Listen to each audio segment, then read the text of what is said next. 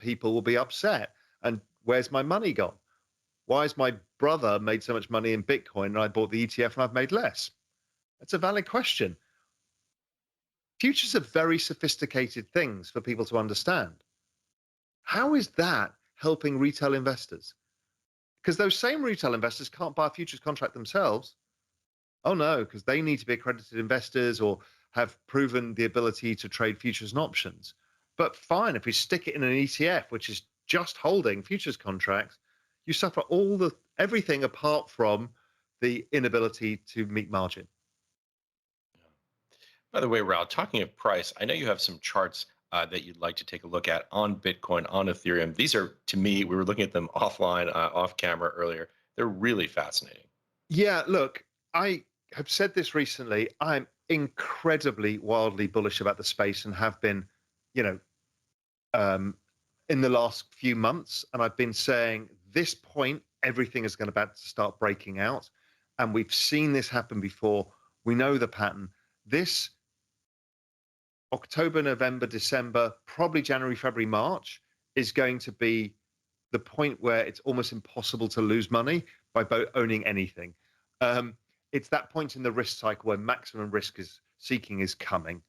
And we've had this long period of sideways consolidation, and now we're going to see the fireworks. And I'm going to show you what I mean by the fireworks. So the first chart I'm going to show you is Bitcoin's price versus 2012-13 bull market.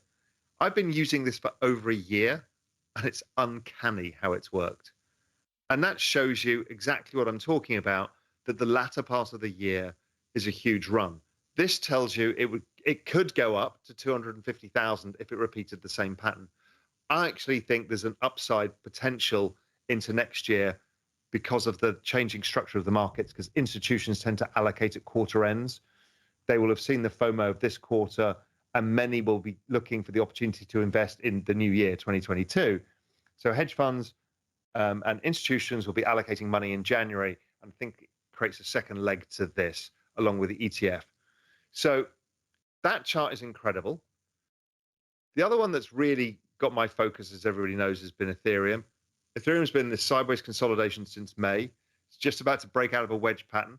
These kind of patterns, when they break, tend to be explosive in move. And guess what? Ethereum is exactly following Bitcoin over an extended period of time. We're talking 6 years here of Bitcoin's previous run. So again, it just suggests that Ethereum can get up to 20,000. Again, I actually think it exceeds this, but it just shows you what the back end of the year or going out into March can look like. If you want to see it in regular price terms, it kind of looks like this. That's not on the log chart, which is, again, mind-blowing in terms of performance. And then obviously the bear market steps in after that. The bigger part of this picture is I like to use logarithmic trends with regression channels because it shows you, for these exponential assets, things that are cheap and expensive versus trend. So interestingly enough, the entire crypto market cap, around 2 trillion, is actually 2 standard deviations oversold. Now, this chart is like a few weeks out of date, but it's basically 2 standard deviations oversold.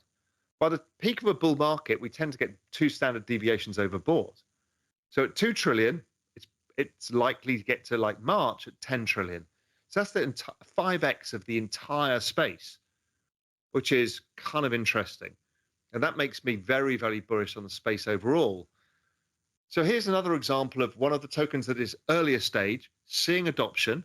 This is Solana. I've talked about this a reasonable amount. Solana is seeing adoption. It's very clear. And what's amazing, it's exactly following the Ethereum price from its last bull run. And guess what? The prices are almost identical too. So the left scale and the right scale are almost the same. They're both at roughly $1,000.